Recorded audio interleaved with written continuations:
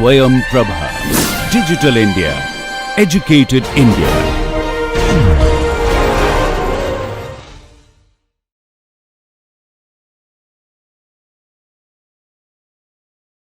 Okay, so the broad topic for the day is the exponential function. Yeah, so let me just begin by saying something which is more relevant to the previous lecture. So there's something called the Cauchy-Maclaurin integral test. So in the last lecture, we discussed power series and the radius of convergence. And I stated in the lecture that the harmonic series 1 by n diverges. So let me begin the lecture by stating a theorem which gives a proof of this fact. So consider a eventually non-negative continuous function f defined on the unbounded interval 1 to infinity, on which it is eventually monotonically decreasing. Yeah, so you have a eventually non-negative continuous function defined on the interval closed at 1 and open to infinity. That means all real numbers bigger than or equal to 1, on which the function is eventually monotonically decreasing. That means after some stage it is monotonically decreasing. Then the infinite series summation fn, n goes from 1 to infinity. This converges if and only if the improper integral fx dx from 1 to infinity exists. That means it is finite. And if the integral diverges, then the series diverges as well. So this is a test about comparing convergence of a series with convergence of an improper integral. Okay, now this is relevant because this test can be used, for instance, to show the divergence of the harmonic series summation 1 by n. Right? So summation 1 by n satisfies all the properties of the that we want. So summation 1 by n will converge if and only if integral 1 by x dx from 1 to infinity exists.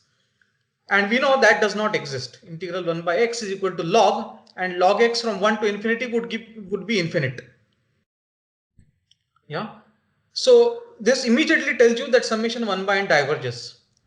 And the same test immediately tells you gives you the convergence of the series summation 1 upon n raised to alpha for alpha bigger than 1. So summation 1 by n diverges, but if you take any alpha bigger than 1, summation 1 over n raised to alpha converges. So summation 1 over n just manages to diverge, sort of. Yeah, any doubts? Sir, when you say eventually non-negative, that means in the beginning it can be negative. Yeah. Okay. And similarly, eventually monotonically decreasing. So initially it can show any kind of behavior, but eventually then this series converges if and only. So this is it's a pretty powerful test, and of course there are other proofs that summation 1 by n diverges, very sort of first principle proofs, you may say. But this gives you convergence and divergence of many series. This tests. It's possible that this was discussed in MA 105. I don't know, but in any case, this is useful to know. Sir, what does improper integral mean? Improper means one of the ends of the limit is infinite. So your integral is from 1 to infinity. That is. Yeah. So in other words, what does one mean by integral fx dx from 1 to infinity? It means integration fx dx from 1 to say r and take limit as r tends to infinity. That's what this integral really means. So yeah. Sir, this is defined only for continuous functions, right? So Yeah. we cannot like apply it for series which are defined only at integers and undefined. No, but what happens is this if you take a series defined at the natural numbers, then it is actually very often it is the restriction of some continuous function defined on R. Like what is happening in this case, 1 by n is defined only for the natural numbers, but it's actually the restriction of a continuous function, namely 1 by x. So regarding the question whether if f is defined at the integers, will it be defined at all the real numbers? Well, that is always true. Any function which is defined on natural numbers can be extended to a continuous function on all real numbers. Yeah, the extension is by no means unique, but there are many extensions possible.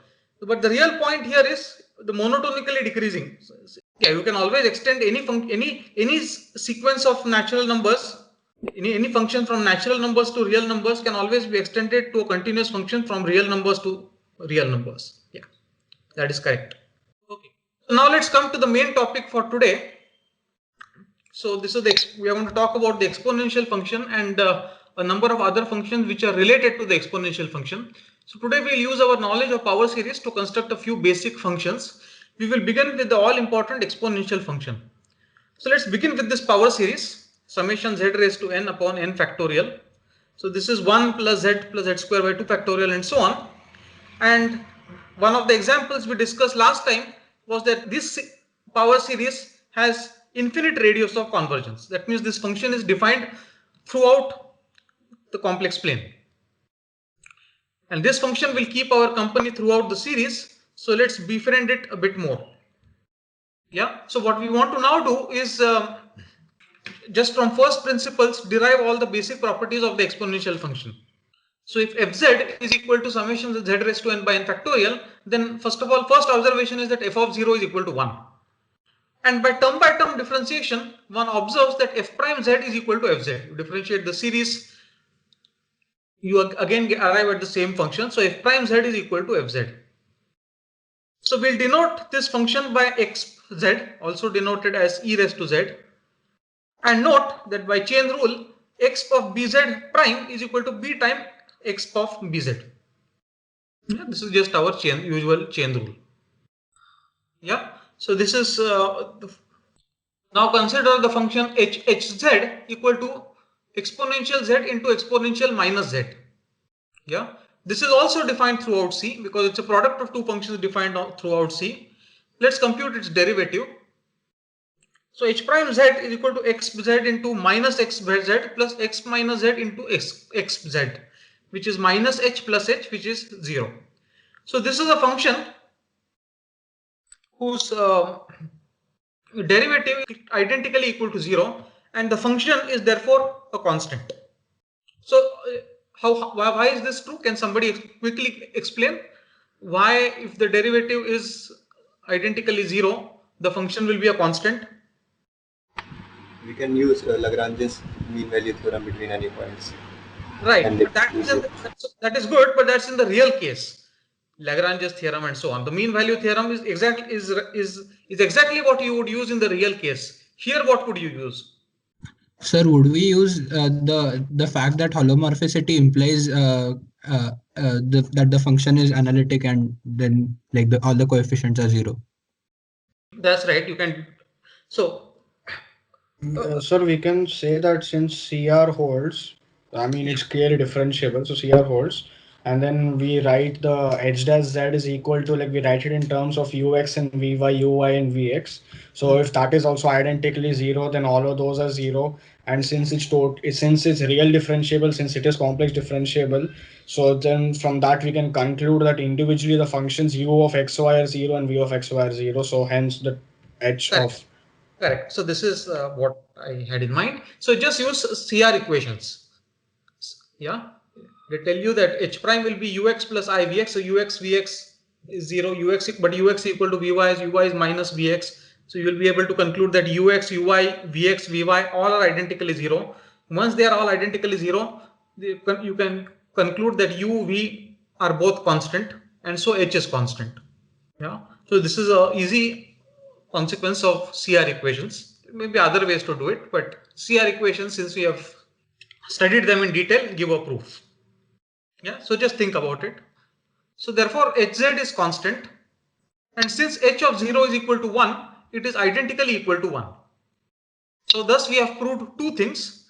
First of all, the exponential function is never vanishing. Why is it never vanishing? Because x of z into x of minus z is equal to 1. So it cannot be, the left hand side is, so if something is 0, then cannot multiply and get 1. So from the, yeah. So first of all, it is never vanishing.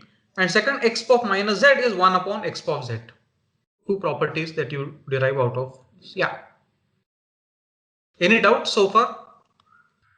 And note that the derivative of fz, so suppose I take my fz to be a times exponential of bz, then its derivative f prime z is equal to b times fz. And interestingly, the converse is also true. So that means that means fz is equal to a times exponential bz for some a comma b in C if and only if b prime z is equal to b times fz. So this property that derivative is a constant multiple of the function characterizes the exponential function. Yeah, so let's give a quick proof of this. So assume that f prime z is equal to b times fz for some b in C. Now consider hz equal to fz times x power minus bz. So let's use product rule and compute derivative. So h prime z, it will be equal to f prime z times x minus bz. So that means bfz times x minus bz. So that means so it will be minus bh plus bh. Just verify that h prime z is equal to minus bh plus bh, which is 0. It is f prime z times x power minus bz plus fz times minus x power minus bz. Fz times x power minus bz is hz. Substituting that, you get this is minus bh plus bh. So this is equal to 0 for all z in the domain. Therefore, hz is identically equal to a for some complex number a. And therefore, fz is equal to a upon x power minus bz, which is a x power bz by what we already know. Yeah, so I'll just keep the slide for a minute. Just go through it. Yeah, okay, so let's come to the next slide. So corollary, f prime equal to f and f of 0 equal to 1 characterizes the exponential function. Okay, this characterizes the exponential function. Value at 0 and derivative being equal to the function, this characterizes the function. Now let's consider another function, the function fz equal to e raised to x into cos y plus I sin y. Let's take this. This is holomorphic throughout C and f prime is equal to f. Well, I'm not checking that this is holomorphic. The partial derivatives in this case are all infinitely differentiable. Now just check that Cauchy-Riemann equations are satisfied. So this is holomorphic. Yeah, so now that's just a mechanical computation to check that fz is a holomorphic function. CR equations. And you can again check that f prime is equal to f. So clearly f of 0 is equal to 1 as well. You're taking y to be 0 and x to be equal to 1. So f of 0 is equal to 1. So thus xz is equal to, so the first line I said that f prime equal to f and f0 equal to 1 characterizes the exponential function. So this new function that I'm considering, e raised to x times cos y plus I sin y, this function also has the same properties, that f prime is equal to f and f0 is equal to 1. So by the corollary that I've stated in the beginning, exponential function equals this function, e raised xz is equal to e raised to x into cos y plus I sin y. Yeah. So earlier exponential was defined using a power series. Now we have separated it into its real and imaginary part. The e raised to x here is of course e to the power x, and e is the number that you know from MA 105, the base of the natural logarithm. And of course we will try and reconstruct everything about logarithm and exponential function from scratch. E is something this is the natural log, base for the logarithm. So by now we know that the exponential is defined throughout C and 0 is not in the range of xz. So therefore x is a map from C to C star. Now x has the wonderful property that it takes the correct operation in C to the correct operation in C star. So I use the word correct operation. What if I was teaching, let's say, a math course, I would have called it a group homomorphism. If some of you are familiar with some group theory, C is a group under addition, C star is a group under multiplication, and the exponential map is a homomorphism of groups. Anyway, if you don't know group theory, that's fine. It just takes the addition operation on C to the multiplication operation on C star. So x of w plus z is x of w times x of z. Sir, what is C star that you are mentioning? Oh, C star is, so I will use C star many times in the course. So C star just means C minus the origin. All non-zero complex numbers are denoted C star. C star is what is often called the punctured complex plane. Yeah, so 0 is not in the range, so it's a map from C to C star, and it takes the addition on C to the multiplication in C star. Okay, so that's the next line. So in the language of group theory, X is a homomorphism from C to C star. So let us prove this property again. So fix a complex number W. Then the function fz equal to x of w plus z is holomorphic in C, and again f prime z is equal to fz, right?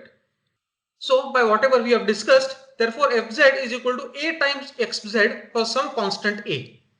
But now let's evaluate at z equal to 0. We see that a is equal to x of w. Yeah, fz is equal to a times xz. So if I put z equal to 0, f0 is equal to a. But what is f0? In the first line, f0 is equal to x of w. So thus fz is equal to xw times x of z, exponential w times exponential z. Yeah. So this is something that you know in you're familiar from real analysis, that the real exponential function e raised to x plus y is e raised to x times e raised to y.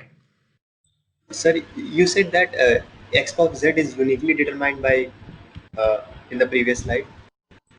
Previous slide, yeah. So what if we put y to be y plus 2n pi? Is it not then not unique for multiple values of y? If it set y to be y plus 2n pi, is the no. I'm not saying so. The statement that you are making would amount to injectivity. I'm not claiming that exponential function is injective. It is not injective. Yeah, it's just the unique function which is characterized by this property that f prime is equal to f and f0 equal to 1. Okay. So in particular, e raised to I theta is equal to cos theta plus I sin theta, and x of n times z is equal to x of z raised to the power n. Yeah, both these follow just from this x of w plus z equal to xw times xz. Using that and the earlier property that x pop was equal to e raised to x times cos y plus I sin y, it follows that x pop I theta is equal to cos theta plus I sin theta, and x pop n times z is xz raised to the power n. Two properties.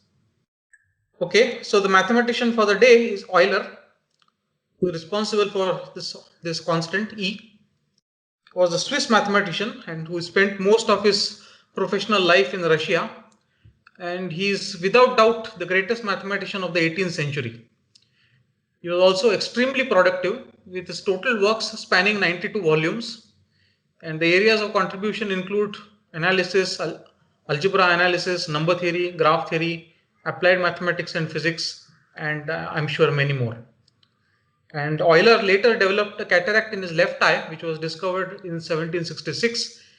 And just a few weeks after his discovery, he was rendered almost totally blind. However, his condition appeared to have little effect on his productivity, as he compensated for it with his mental calculation skills and exquisite memory. For example, he was able to repeat the Aeneid of Virgil from beginning to end without hesitation, and for every page in the edition, he could indicate which line was the first and which line was the last. So this is some very long poem from Latin literature, 10,000 lines or something, and he could recall the first line and the last for every page.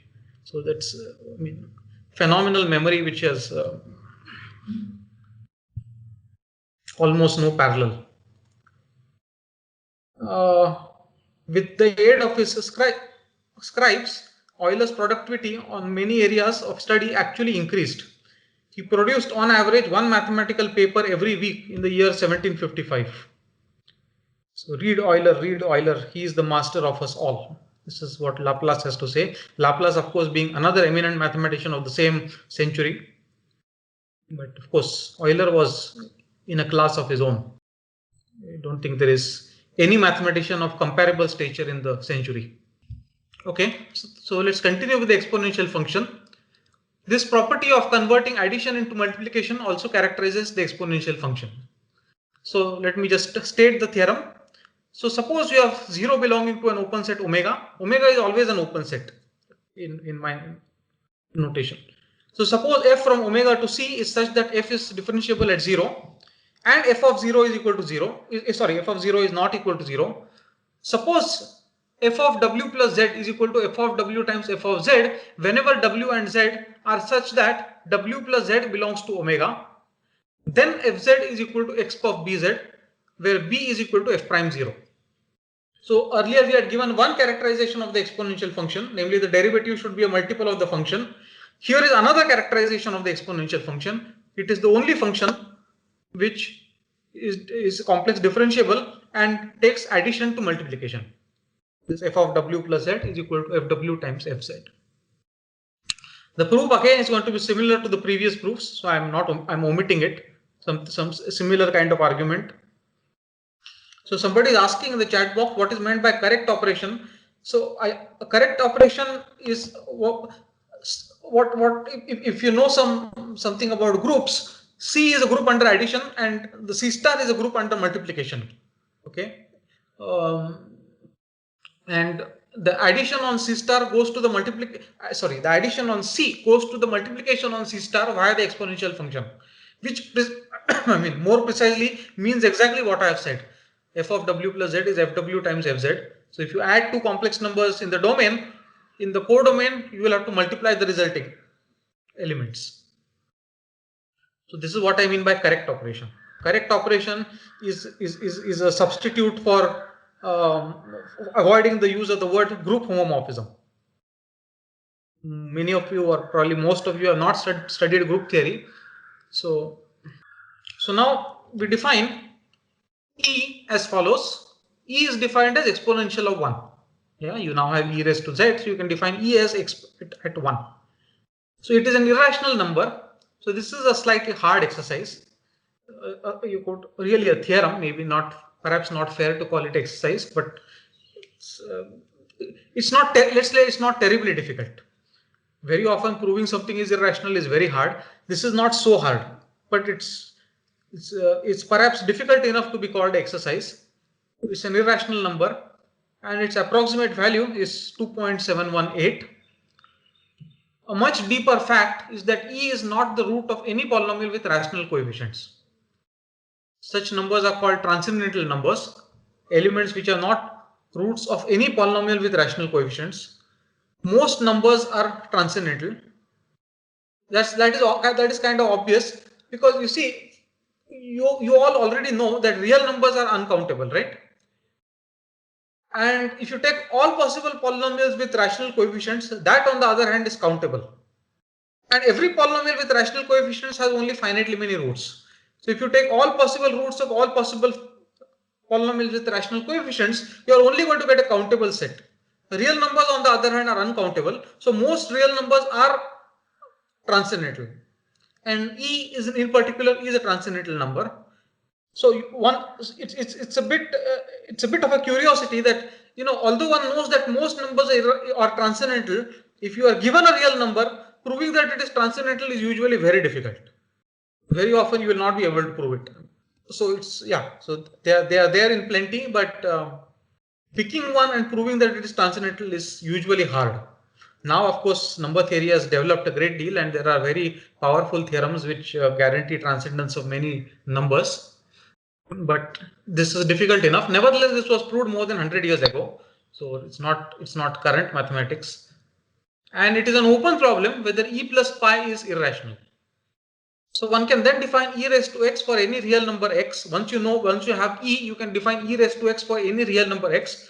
First you define it for rational powers. Well, first you define it for integer powers, and then you can always, by taking ratios, you can always define it for rational powers. Once you define it for rational powers, then for arbitrary real powers, you can define it by taking limits.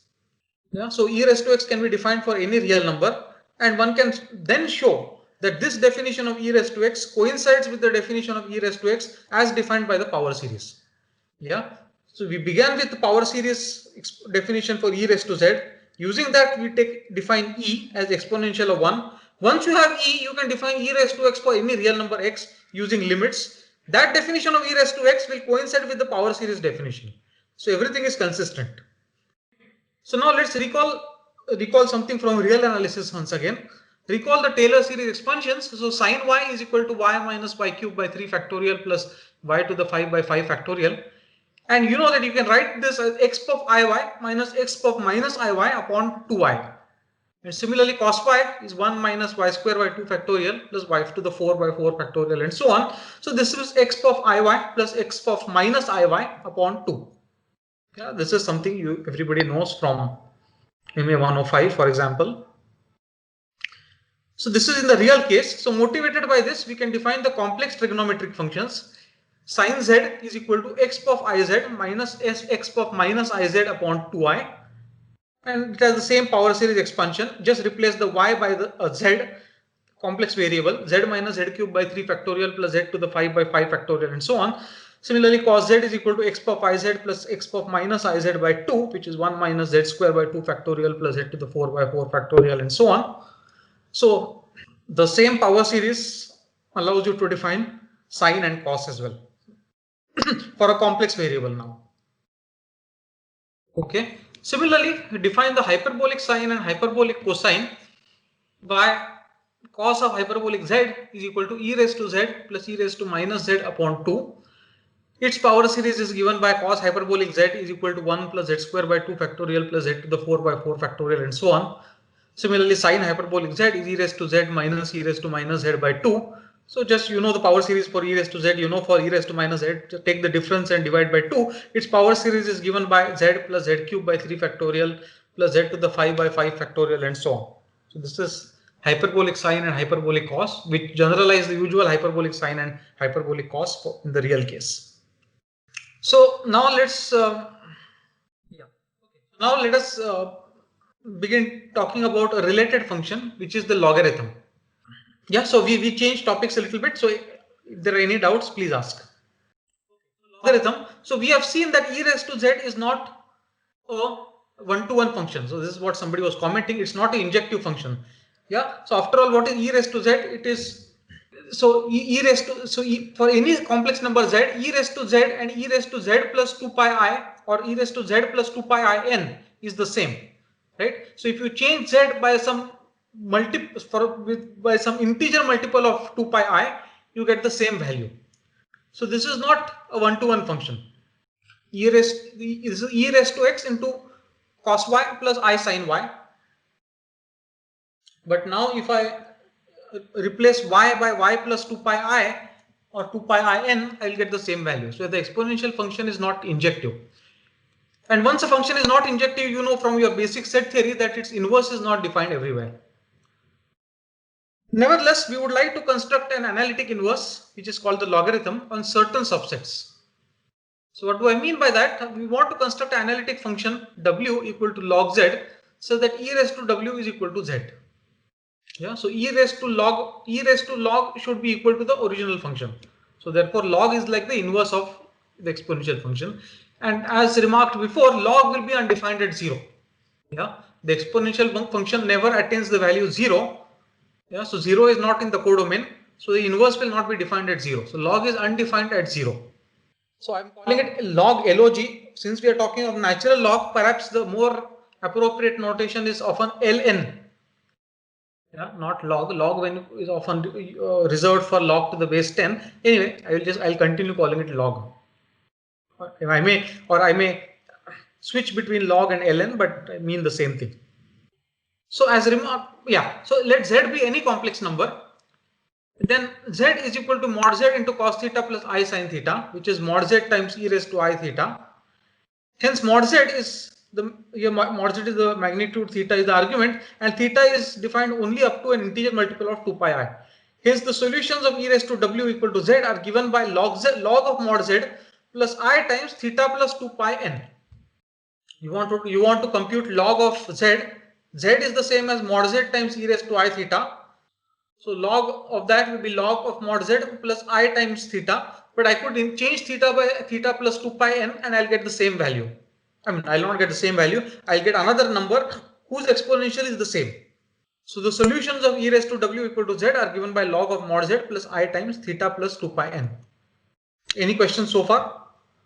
Is it trivial that the inverse of an analytic function is also analytic, or does it have to be proven?